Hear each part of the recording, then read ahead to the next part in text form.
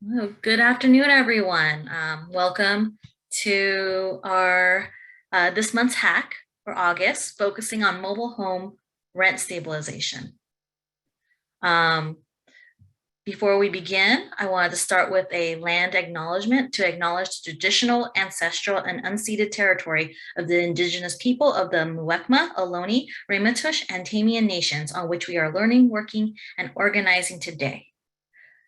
Next, now to explain the hack. The hack is a series of monthly discussion-based, action-focused events that are hosted by Silicon Valley at Home, which we typically do on the fourth Friday of every month. The meeting style by design is to try as much as we can to capture the feeling of meeting and interacting in person. In that spirit, we encourage you to keep your video on if you're able to, and to create as much of a community dialogue feel as possible. So now we're going to go into our ground rules for conversation. We'd like to ensure that the conversations and relationships here today remain respectful and productive. So please be kind and courteous to each other. We will not tolerate rude comments or personal attacks.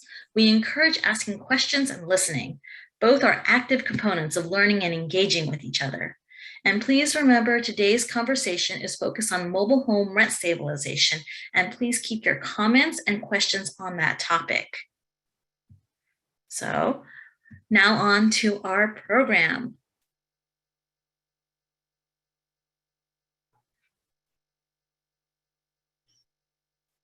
Okay, so now we're going to go on to our program, and I would like to welcome Bruce Stanton from the Golden State Manufactured Homeowners League. He is their corporate counsel. He has been a practicing California attorney since 1982 and has spent most of his legal career on mobile home residents and small businesses and families. Now, he served as the general counsel for the GSMOL from 1991 to 96, and then served the California Mobile Home Research and Action Association, the CMRAA. We love our acronyms here, from 1996 to 2008. And then since 2009, he went back to representing the GSMOL. So I will let Mr. Stanton bring it forth from there. Thank you for joining us. Okay, great, Emily. Thank you. I appreciate very much the invitation. Good afternoon, everybody. Happy Friday. And my name is Bruce Stanton. I've been a practicing attorney, as Emily mentioned, since the early 1980s. And from the very first, I began developing a specialty in representing mobile home residents who live in mobile home parks. I actually lived in a mobile home when I was in high school. Down in Morgan Hill. So I had a little bit of a connection to that, and then just kind of fell into it when I opened my own office after I passed the bar exam. So during the periods of time that Emily mentioned, when I've been representing these statewide mobile home resident organizations, I've been involved in the negotiation and drafting, amendment, and passage of local regulations in cities and counties throughout California involving or pertaining to the stabilization of rents for mobile home and manufactured homeowners. That's taken me all throughout the state. It's taken me to courts of appeal. I was involved in a US Supreme Court case in 1992 involving what we call mobile home rent stabilization, or RSO, which is the term I'll be using today to describe those kinds of ordinances. I've also participated in creation of a different kind of regulation called the Memorandum of Understanding, or an MOU, which we'll be talking about today as well, because MOU is the kind of regulation that the city of Sunnyvale is about to adopt. So mobile homes as a form of tenancy are different from the traditional tenancies of apartment dwellers, because mobile home residents cannot just pick up and move when the rents become too high. Essentially, courts and commentators alike have recognized that mobile home is a captive audience. It's a captive market. It's in some ways a monopoly. We would call it a spatial monopoly because there's a limited supply of mobile home spaces. And if people can't move because the homes are essentially either too large or too expensive to move, they're really immobile. And in many ways, what we're talking about are immobile homes in immobile home parks. A state study from Department of Housing in the late 1990s estimated that about 3% of mobile homes are moved once they're sited, other than at the end of their useful life when they're just pulled out and transitioned to some other use or basically junked or salvaged. So as the 1970s wore on, a number of jurisdictions in California, cities and counties, began to look at this issue of mobile homes being a significant component of affordable housing. And that's because predominantly in those days, mobile homes were occupied by seniors. There's still a very large component today of seniors, although the demographic has somewhat changed because there's a lot of low-income folks as well who live in mobile home parks who are not seniors. But still, there's a real recognition throughout the state that this is a valuable and critical component of affordable housing. And many of the local jurisdictions in their housing elements have explicitly stated that. So a number of the local jurisdictions in the coastal high density areas began seeing spikes in rents and began reacting to that by passing regulations. There was a lot of litigation that grew up around that. As I mentioned, going all the way to the US Supreme Court in one case involving the city of Escondido. But ultimately, there's enough case law now to support the constitutionality of mobile home RSO because of the need to protect this very vulnerable form of housing where these folks own a very valuable piece of personal property, the home itself, that's located on the land owned by somebody else. And so you have this very unique blending of property rights for the park owner who owns the land and the resident owner who owns the personal property home. And it's really a symbiotic relationship. Unfortunately, a lot of times investor park owners don't really see it that way and are out for maximum profit. And as a result, we've got a problem because people are in risk of losing their homes since they are immobile and they are captive in this market. Essentially, in most jurisdictions, there's very few vacant mobile home spaces that one could move to if one wanted to. And the cost to move a mobile home is typically $15,000 to $20,000 because double and triple wide homes have to be sectioned, broken out into sections and transported. And then you have to reattach all of the accessory structures like awnings and porches and decks. And if there's no place to move it to, the only other option would be private land zoning someplace, like over in areas like Watsonville, Aromas, or in Santa Cruz County. And those are also limited options because it's still expensive and you have to buy a plot of land and you have to get the proper zoning for it, which is not always easy. So this really, the idea of, or the concept of protecting mobile home owners from exorbitant rent increases has really grown up as a local issue. There's no statewide mobile home rent stabilization of any kind. There have been some recent bills enacted after COVID onset, but we have in the mobile home industry, the homeowners, we've stayed off of those bills because the authorized rent limits are really higher than what many of the local jurisdictions allow. So GSMOL, the state organization that I'm work for as corporate attorney, the Golden State Manufactured Homeowners League, was concerned that if state legislation was sort of codifying an amount like 10%, for example, for annual adjustments, and you have a jurisdiction like San Jose saying 3%, that we're going to see pressure put on the local jurisdictions to move their numbers up because allegedly the state has adopted some kind of policy about 10% being a reasonable annual adjustment. And we wanted to just stay away from that. So now we have the city of Sunnyvale, located in the Bay Area, obviously coastal high density communities with, we got 10 or 12 parks in Sunnyvale, about 3,500 spaces. We've got, by the way, about 4,500 permitted mobile home parks throughout California, with over 1 million mobile home residents, to kind of give you an idea of how significant the mobile home population is in California. But in Sunnyvale, while jurisdictions all around Sunnyvale were grappling with this problem, confronting it, and passing regulations, Sunnyvale remained an island of non-regulation.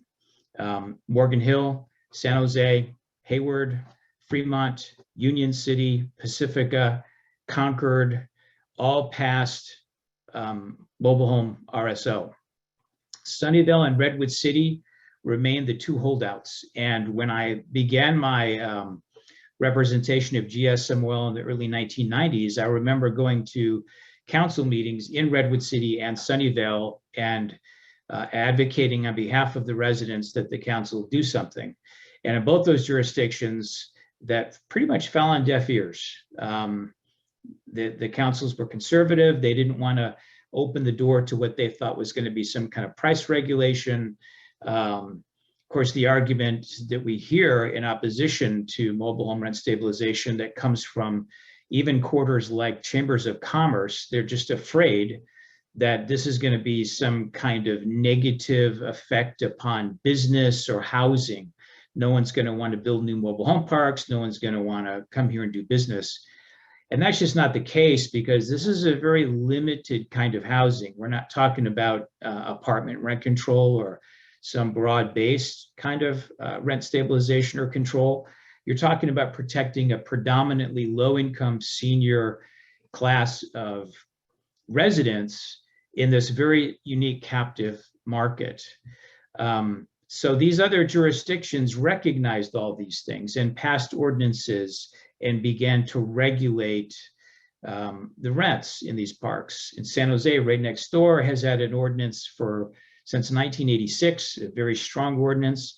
It survived early legal challenges and has been operating, in my view, very effectively for the 64 parks ever since that are located in San Jose. So Sunnyvale, not having any kind of positive response from the elected officials, the residents decided to put a ballot measure together. And my recollection is that happened in 1993 and it failed. I think it only got about 24 or 26% of the vote. If residents can't get some kind of response from their local jurisdiction, doing a ballot measure, doing a ballot initiative is always another avenue for them to take. Residents a couple of years ago in Humboldt County, having no favorable response from their local representatives, actually did that and actually succeeded, and they got an ordinance passed by ballot measure. Again, in 93, the Sunnyvale homeowners were not successful. And so, the years rolled on. And I think that the only reason that maybe this didn't come to more of a head as it has in the last couple of years is because you have one sort of predominant park owner in Sunnyvale, the Brandenburg ownership group, that is one of the best ownership groups in California in terms of how they maintain their parks, how they fairly administer the parks, and how they look at rent issues in a more fair manner than a lot of other park owners do. And I think that long-term ownership had a big effect, perhaps, upon Sunnyvale remaining outside of any kind of regulation. That, however, changed a few years ago when one of the larger parks, Plaza del Rey, was purchased by what we call a big box corporation, the Carlyle Group. And from the information I got from residents who had researched it, Carlyle didn't own any other mobile home parks anywhere, if that is my recollection correctly. So their idea was, we're going to come in and we're just going to raise rents and clip coupons and recoup a great return on our investment. They did that. They basically told residents, you either need to sign these long-term leases or else we're just going to raise rents on you. And without any kind of local regulation in place, the park owners really had all the leverage to almost force folks into taking that option, because without any kind of a rental agreement that governs and limits the rents voluntarily pursuant to that contract, there's no regulation. So the park owner under state law could raise rents to whatever they want every 90 days. And that's really the situation people find themselves in if they live in a jurisdiction without an RSO. So with a lot of long-term leases coming into play, rents getting larger and larger, we then have Carlisle flipping the park to Hometown America, who's the current owner of Plaza del Rey. And Hometown is, they own a number of mobile home parks. They have a pretty large mobile home portfolio, as far as I'm aware. And they began also increasing rents and sort of moving the ball forward, if you will, from where Carlisle left it in terms of what we saw. And space rents were getting to the point where they were exceeding $2,000, and we're hearing about rents approaching $2,500. And again, this is just for the dirt.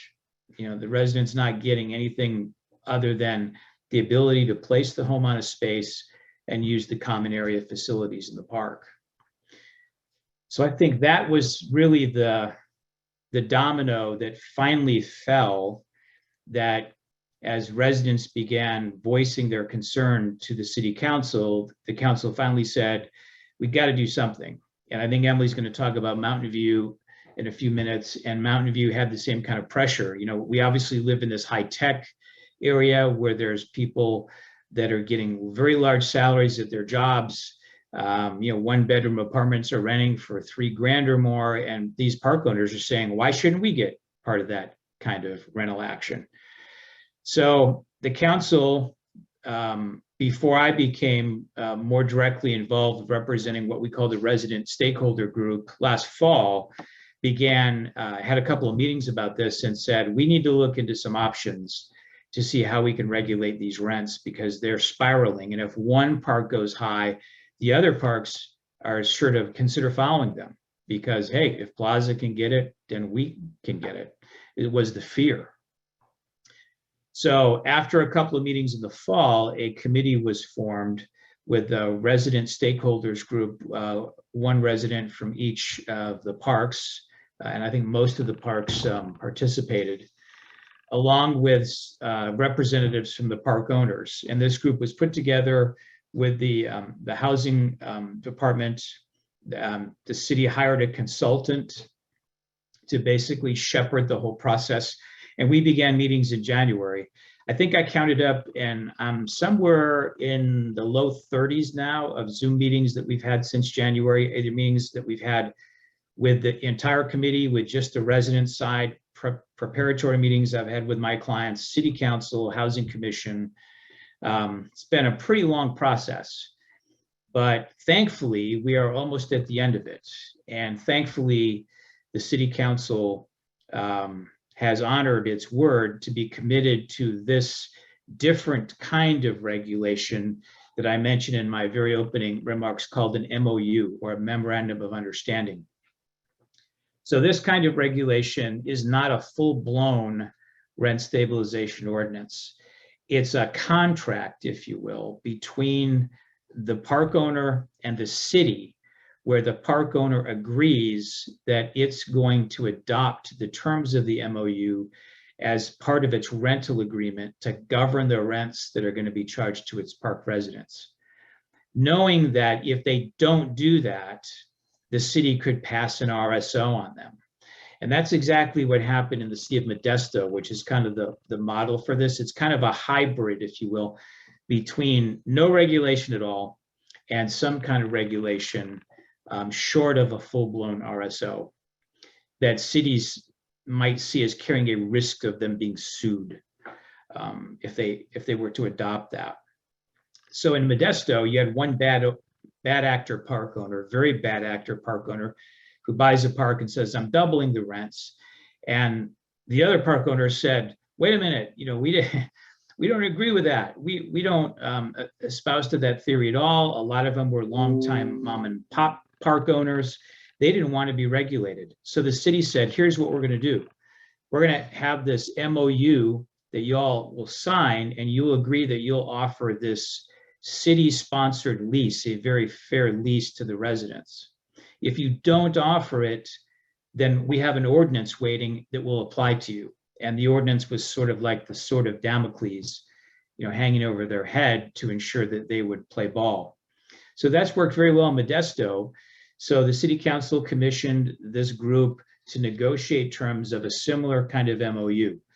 And although Sunnyvale has not yet drafted or passed an RSO to be the sort of enforcement leverage hanging out there, if you will, the idea here was, if you don't want us to consider an RSO, y'all need to go away and come up with an MOU that you can all live with.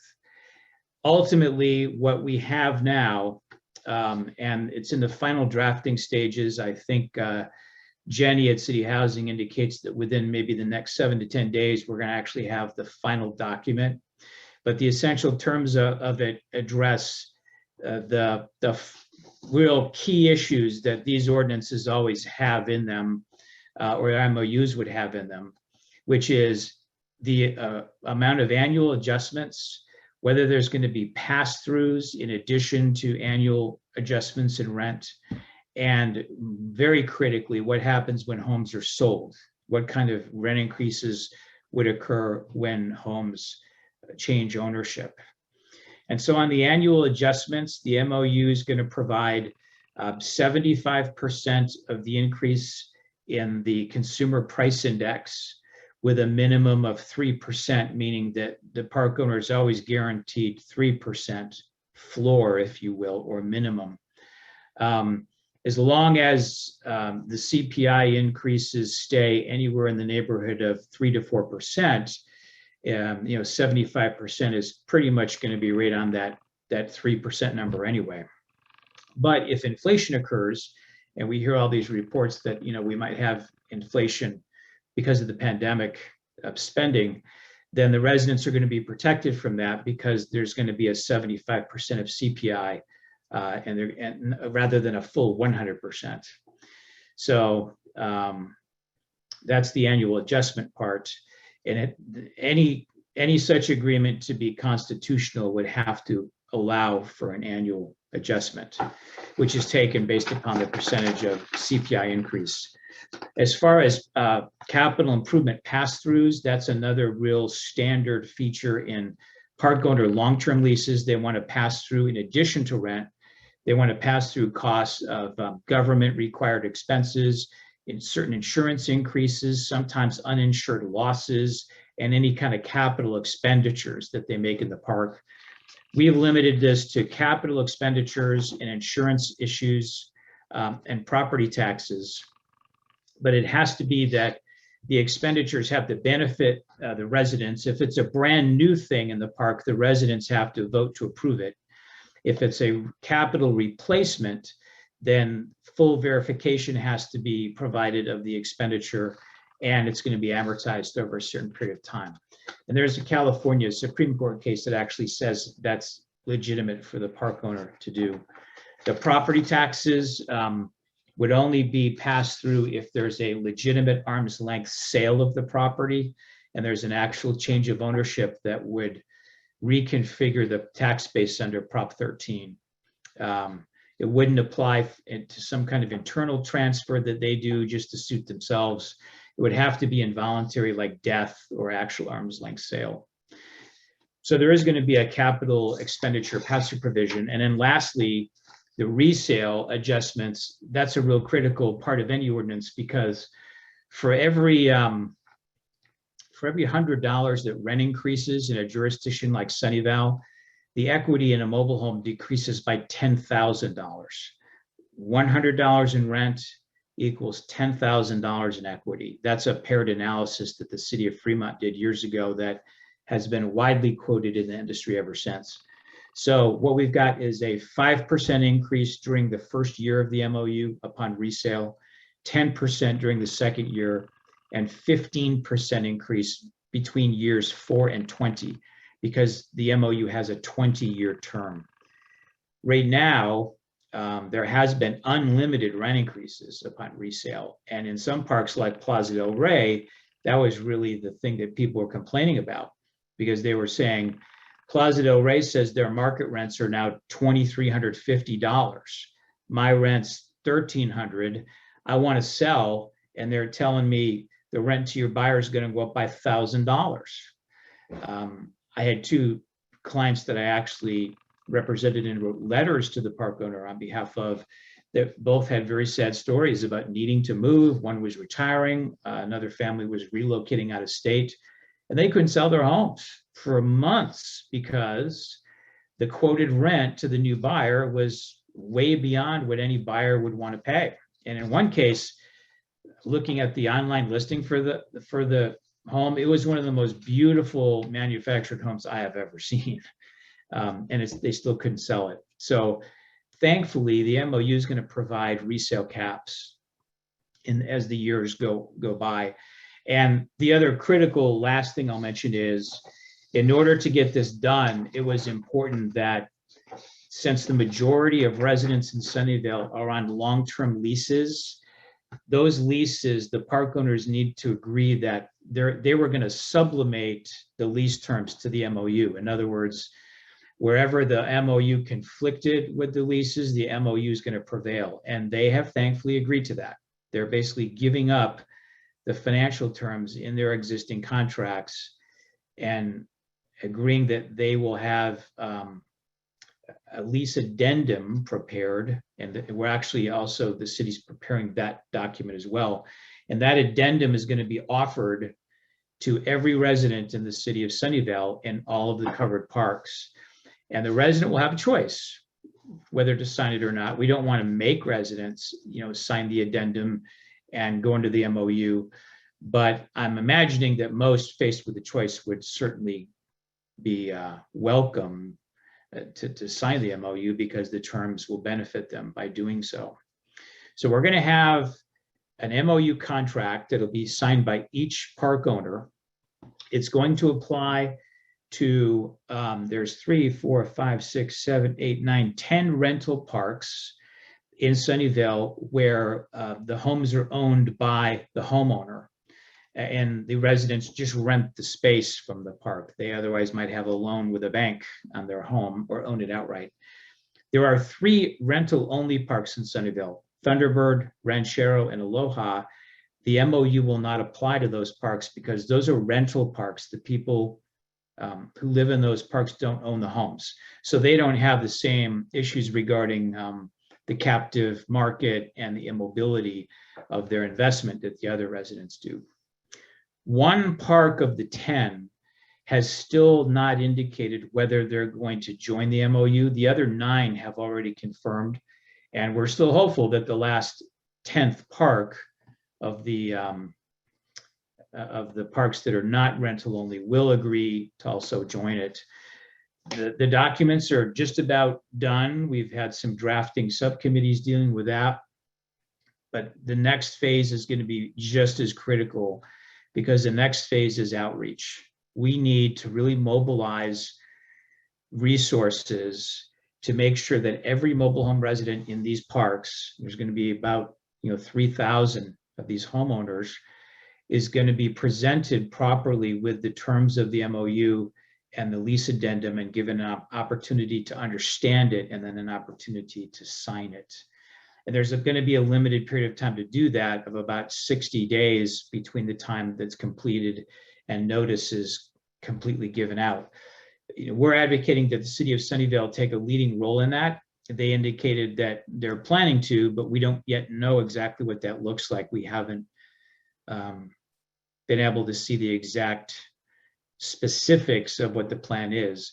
My hope is that it will involve larger scale meetings, as we did in the city of Modesto 15 years ago, although with COVID, it's more difficult to to perhaps, pull that off, but we're hoping there will be some meetings where city staff would be there to answer questions, lend some credibility to the process by being there so that people wouldn't be suspicious of it, and roll out an outreach program online with video, with any kind of streaming, with documents being provided.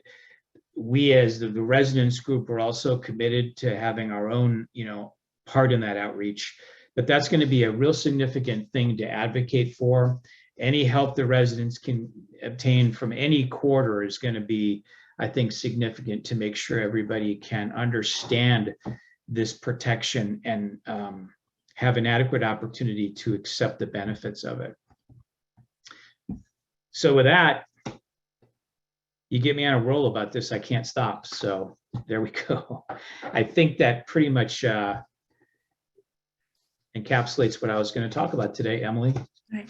Thank you so much, Mr. Stanton. And if anyone has any questions, please feel free to put them in the comments. We will also add into the chat the link to the city website that has some more follow-up information about this. So if one of my colleagues can put that in the chat, I'll move on to talk about Mountain View.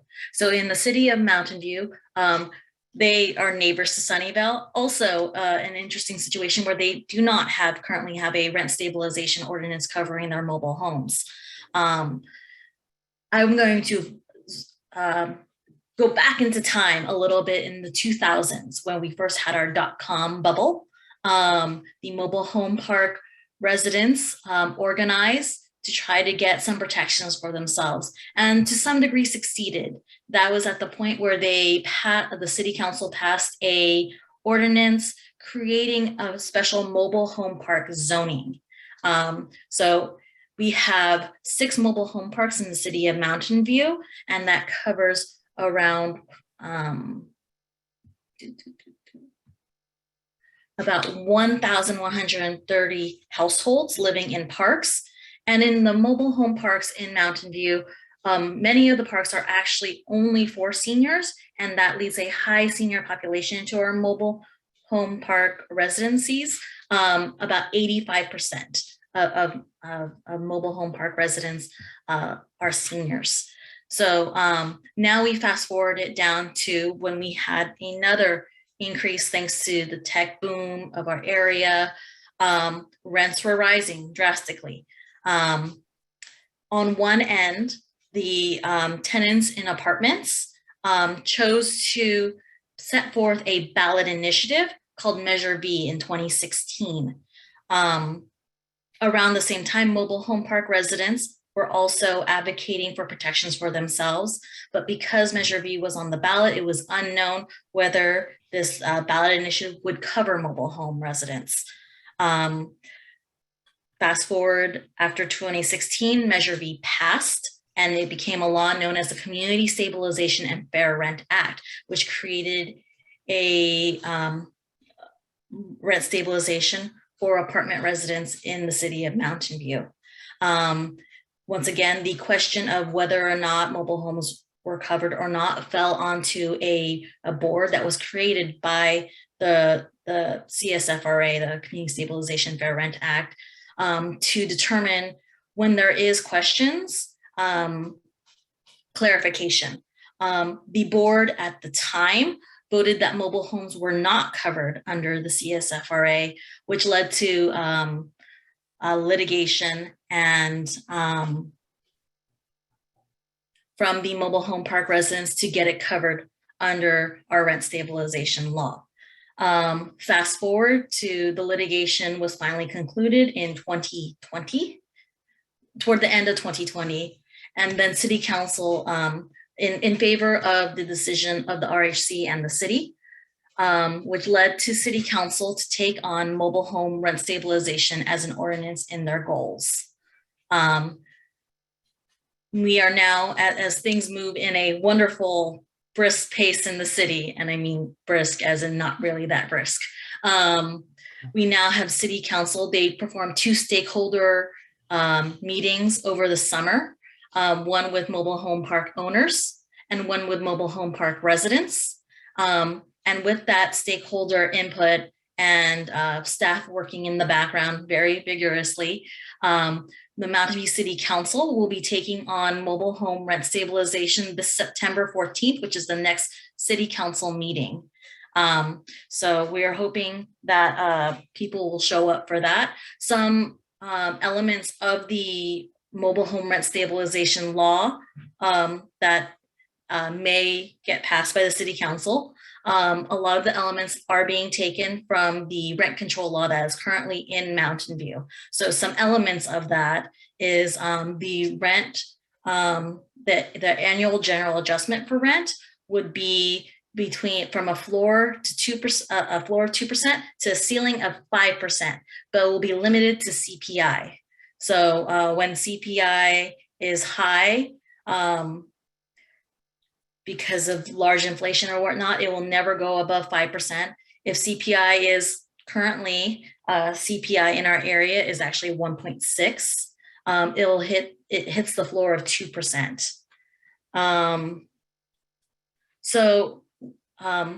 Feel free to put any questions in the chat. We would like to highlight some of the advocacy that is being done by the mobile home park residents themselves. So we have in the chat, one of my colleagues dropped in the mailing list for the Sunnyvale Mobile Home Park Alliance. Feel free to add yourself to their mailing list.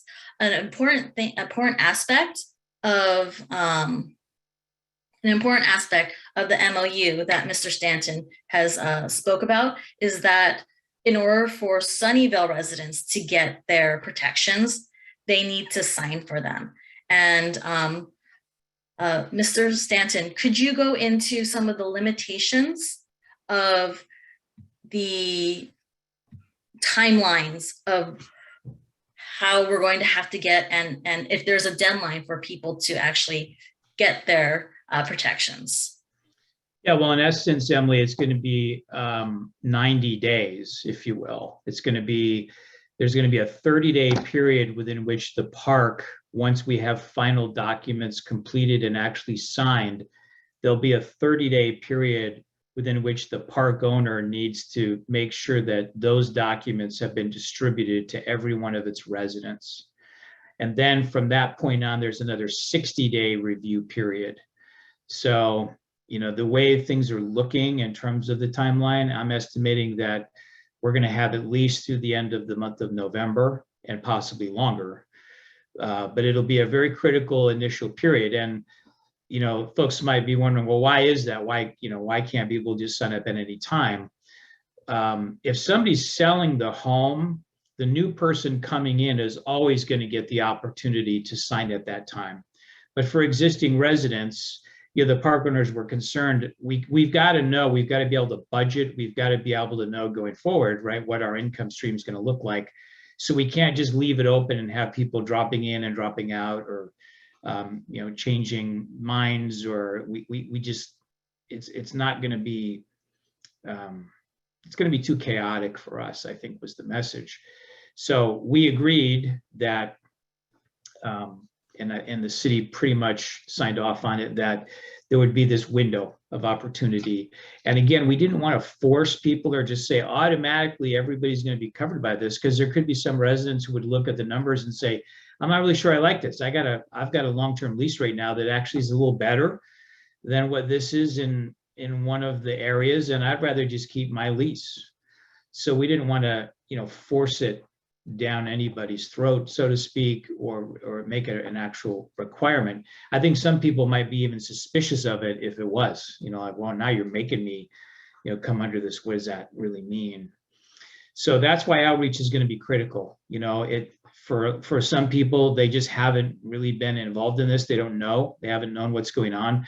They haven't been following. The RSG resident group has really tried its best to be communicative and, you know, have regular meetings about that. There's a lot of really great advocates on that group. I've really enjoyed working with most all of them. And so we've got a structure in place to help with that information, but we need to figure out every conceivable creative way to get the word out to the residents. Yeah.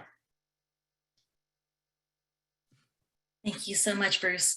Um, the next thing I want to actually cover about with Mountain View, as the mobile home parks in Mountain View, the mobile home park ordinance, suggested ordinance that will be coming forth Mountain View City Council will be based off of this, the CSFRA in Mountain View. One of the aspects of the CSFRA is that it's limited in its vacancy control to Costa-Hawkins. However, mobile homes do not have Costa-Hawkins, so that will be something that council will be grappling on. What vacancy controls or decontrols will they have at turnover for mobile home park owners or mobile home park residents and the homeowners? Can you go into various levels and ranges of increases that are allowed upon vacancy of mobile home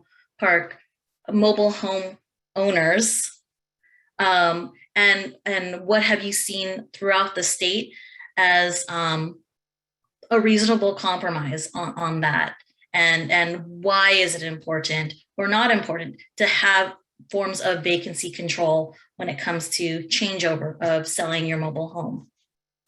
Well, to start with the last comment first, as I mentioned, there's this paired analysis that says for every $100 the rent increases, your equity decreases by $10,000. So the higher the space rent, the lower the number that you're going to get when you sell your home. And that's why high rents not only impact residents now while they're living in the home and struggling to pay the rent, it's going to impact a mobile homeowner at the end of the relationship that they have living in this park when they're going to sell their home, because they're going to be competing with similar homes in the same park or nearby with lower rents. And, if somebody's looking to buy a home, unless they just love your house, they're going to say, why would I buy this house if I can buy this one and have, $300 less in rent? So the concept of what you have called vacancy control is very critical to any kind of regulation. There are many ordinances that have full vacancy control. San Jose is an example. In San Jose, when a mobile home is sold, the buyer pays a 0 rent increase. However, that provision has probably been the most often litigated provision in mobile home RSO world.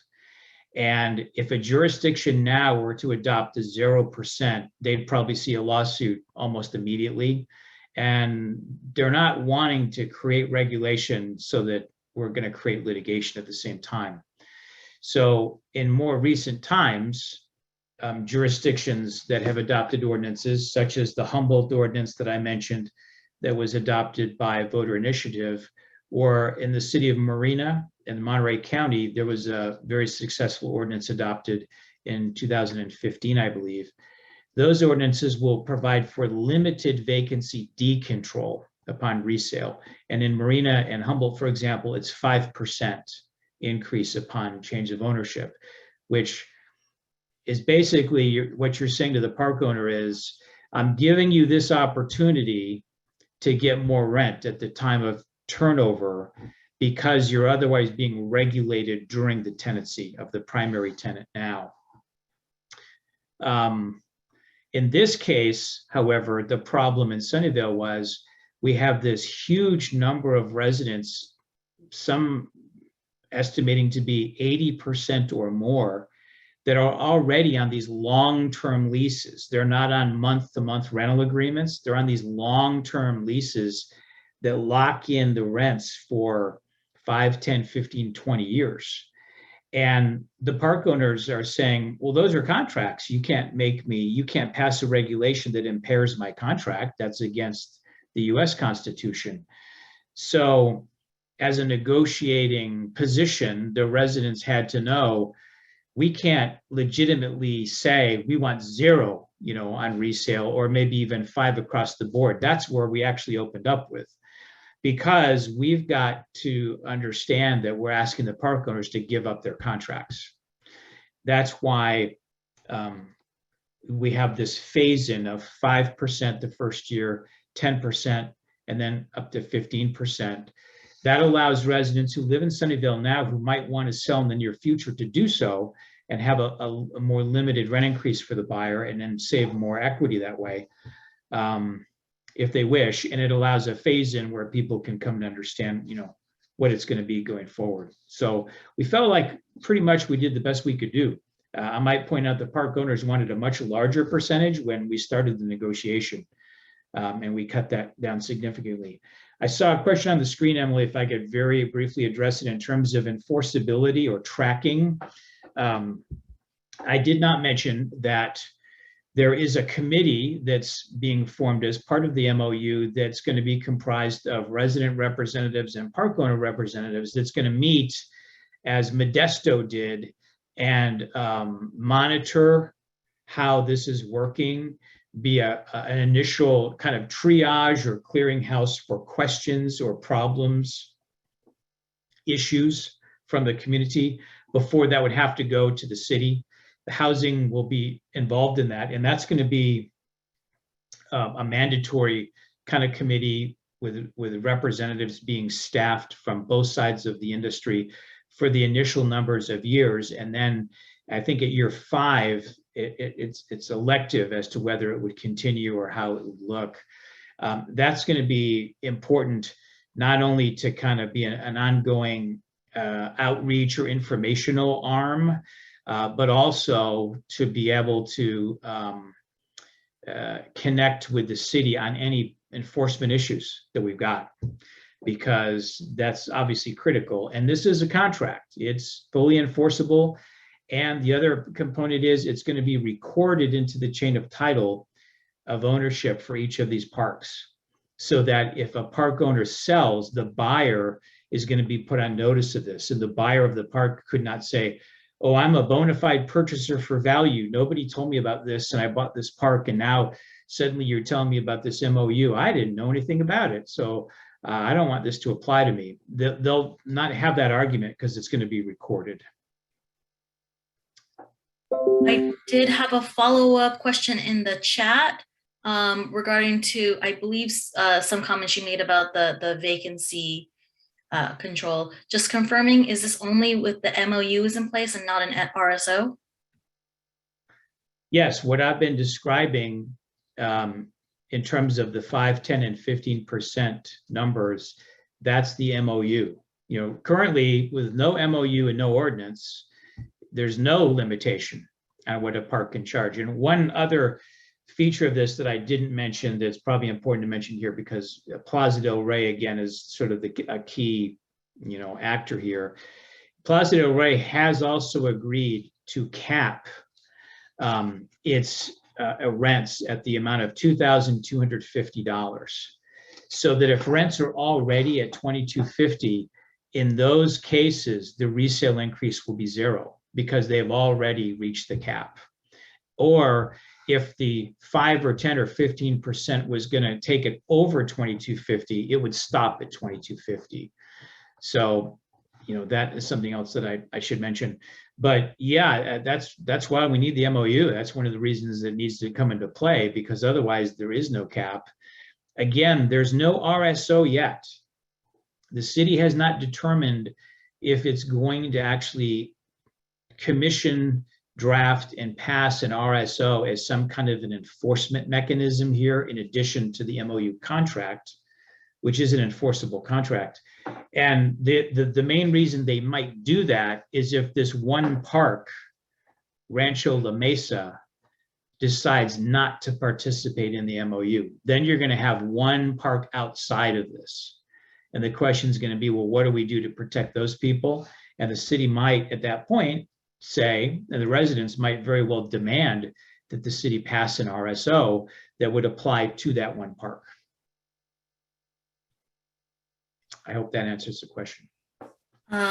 If it doesn't, they'll follow up in the chat. I do want to reiterate that the MOU is what Sunnyvale is doing, not what Mountain View is doing. Mountain View is looking at an RSO themselves. So going back to the chat for other questions, I have a question here. Someone who read that mobile home parks are considered commercial property. Would mobile home park residents benefit if the property is not considered commercial? I don't really think that mobile home parks are zoned commercial. I think mobile home parks are zoned high density residential, actually. So I'm not sure that I would agree with that, concept or that statement.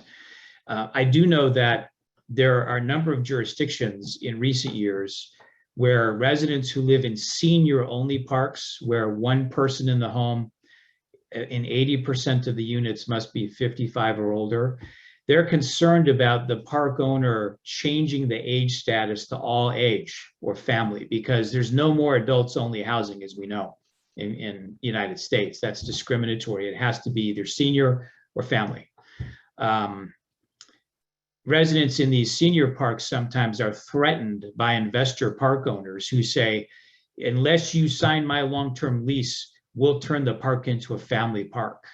And these residents are justifiably, horrified at the prospect. And so they agree to pay higher rent because they don't want the senior park status to go away.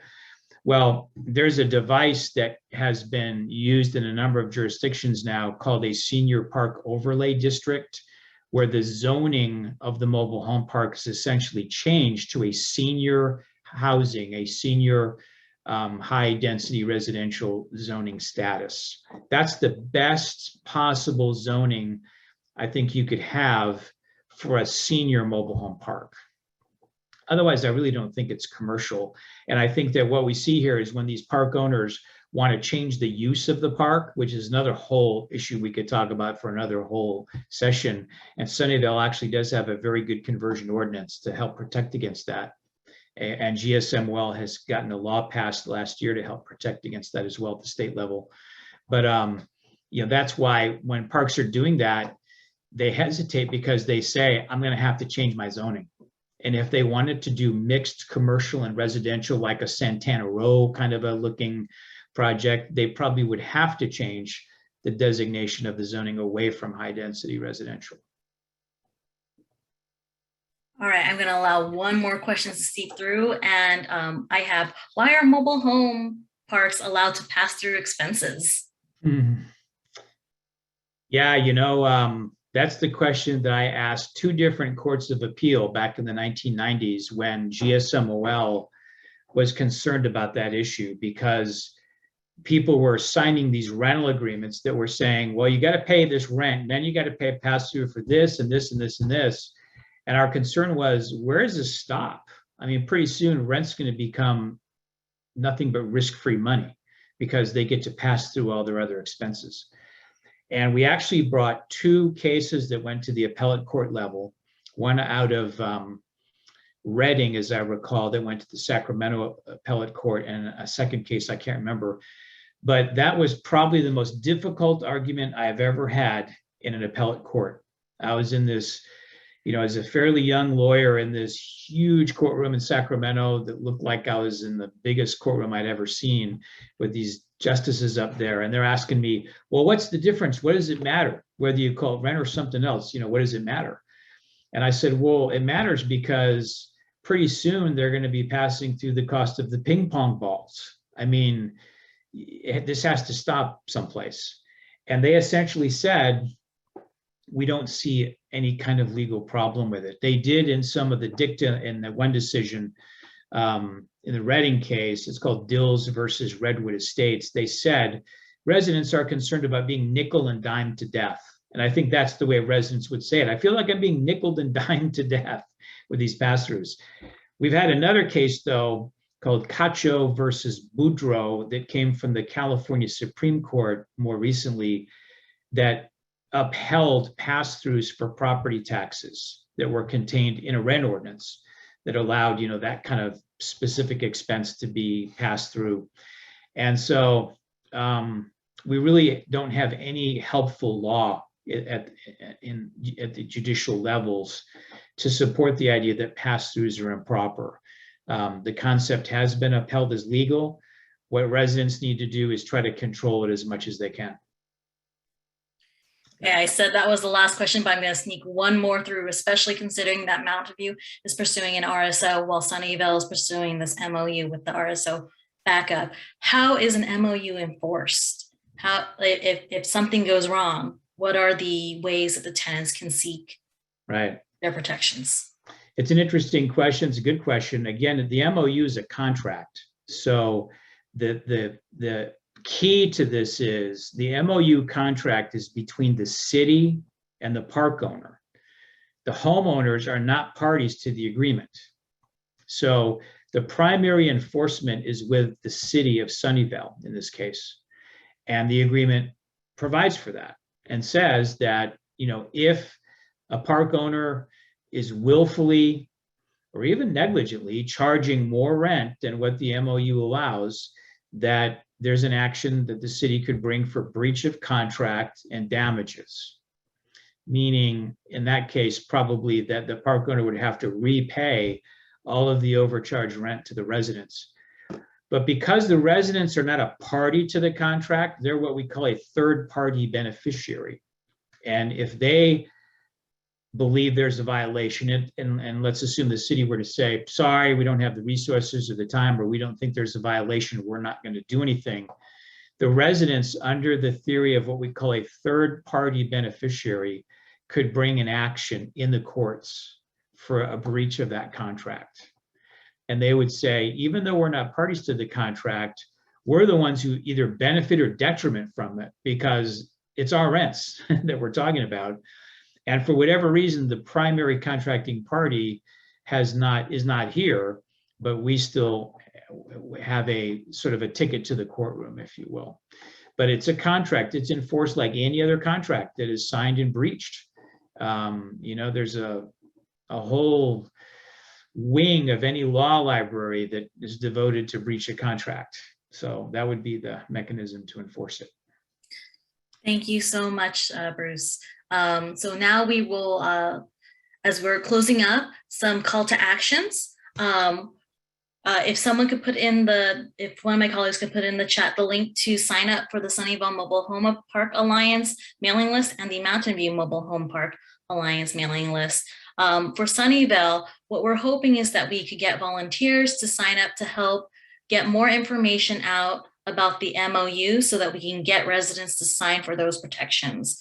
In Mountain View, we hope that people will turn out to the September 14th City Council meeting where they will be taking up mobile home rent stabilization. And with that, I am going to give Gabby the mic to Gabby so that she can talk about SB at Home. And thank you all so much for your time on this program. I hope you all enjoyed it. Thank you so much, Emily. As mentioned, my name is Gabby Chavez Lopez, and I'm the Communications and Membership Manager at SB at Home. And I just was here to remind everybody that SB at Home is a membership-based organization, and we are powered by housers like you who care about solving our pressing housing challenge. And so we want to invite you to become a member or renew your membership to support our cause moving forward. I put the information into the chat to learn more about membership, but we hope that you would consider becoming a member today and supporting our cause moving forward. You have access to all of our information. You can sign up for our newsletter. And so we would love to have you join us.